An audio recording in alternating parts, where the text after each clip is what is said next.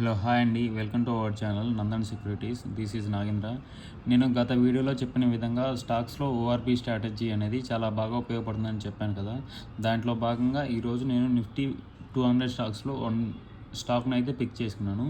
దాంట్లో ORP strategy అనేది apply చేసి దీంట్లో నేను 876 రూపీస్ అయితే ప్రాఫిట్ అయితే గెయిన్ చేశాను.